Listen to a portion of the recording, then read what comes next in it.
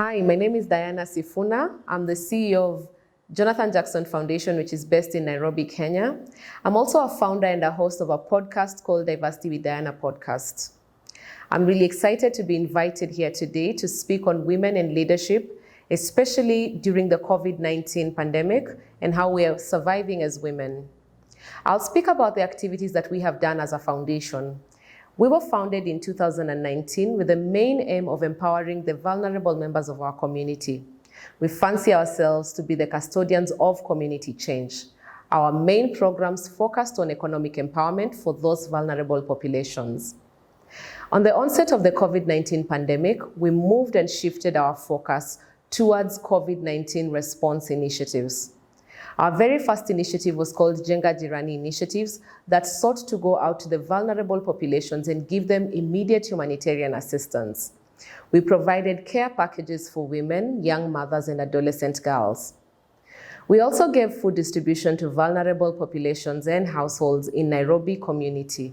The third thing is that we did give out hand washing stations in partnership with other healthcare organizations based in Kenya.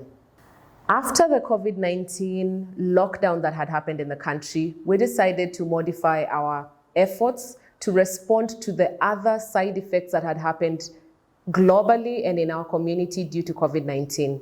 We saw the rise in gender-based violence and other inequalities that came with the fact that people were working from home, they were in closed spaces, and they were not used to this situation. And we saw the strains that it caused to different households.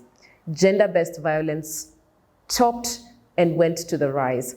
What we did as Jonathan Jackson Foundation, through the kind donation of the public through the Jenga Jirani Initiative, we were able to educate 60 peer youth educators in one of the counties in Kenya.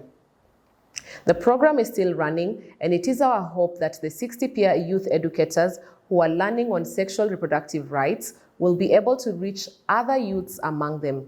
We estimate that for each youth peer educator, 10 young people will benefit from the knowledge that will be gained in the course. Now, sustainability is at the core of our being, whether it is through economic empowerment or training programs and skills upskilling for different members of the community. We have also implemented economic empowerment programs, which we're still implementing, that aim to benefit the vulnerable youth, women, and people living with disabilities. We have mapped out women initiatives in the communities, including kitchen gardens in different counties in Kenya, that will receive seed funding and training for them to be able to earn an economic means of sustaining their livelihoods. It is important to note that up to 52% of the women who are in unions or married actually have the autonomy of making decisions regarding their sexual reproductive health and health care. What this means is that a huge number, over 40-something% of them, still remain to be without the independence or the freedom of making decisions. We therefore step in to be the platform that gives education and give access to these women in learning how to report cases of injustices being performed to them or their children, or places where we have safe spaces for them to share this information and responsibly take care of their health. In terms of leadership, based on the experience that we've had and the conversations we've had with the foundation and on the podcast, it is important to also know that empowering a woman means that you teach her how to fish as opposed to giving her the fish on a daily basis. It is with this focus that the Jonathan Jackson Foundation has decided to focus more on building sustainable businesses among the women groups and the youth groups that we serve. In entrepreneurship, we have engaged in partnerships with other community-based organizations in Kenya, and this could be best practice.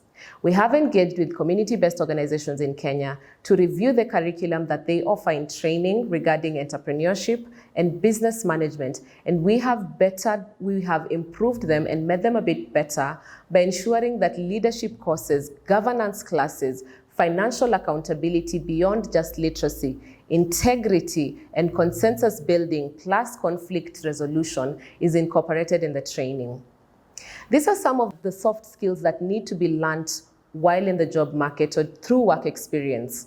We have ensured that these vulnerable populations, through the groups that they have formed in the communities, these are the women groups and the youth groups, are able to actually learn the skills without having to go through the many years of experience, and are able to anticipate changes when they happen, better manage the changes and transitions in leadership, and ensuring that they are able to sustainably make good decisions for their youth groups and their women groups to flourish as businesses. We have seen bakeries being formed by some of the women groups, and they have been able to be an economic means of sustaining the women's livelihoods. In one of the ASAL counties, we have partnered with a group called Bariza Development Initiative, which is up in Garissa County. ASAL means arid and semi-arid lands, and this is a vulnerable county in Kenya that needs more attention when it comes to the interventions being done by non-governmental organizations and development partners such as ourselves. What we have learned is that if they form their groups organically and are able to come together and focus very much on earning an income and creating a sustainable system, organically without our intervention or interference in their operations, then they're able to build a more sustainable business model that is able to live through the years and sustain them and sustain even the expenses that are needed by their households. Now, it is with this that I say gender parity is at the core of everything. If you exclude women and girls in decision-making, in processes, economic intervention, sexual reproductive health care, leadership, political governance, then you miss out the whole point. You miss out on the benefits that there is in diversity. Inclusive diversity indeed does benefit everybody in the community. It benefits everybody because the differences that we have can be leveraged on as important tools that enable people to better perform in the community, leverage on their different powers and capacities and their financial capabilities to see a better progress in the society. Our economies depend on it, our societies depend on it, and ultimately our families depend on it. Let's stay together in supporting women, empowering their efforts, and amplifying their voices.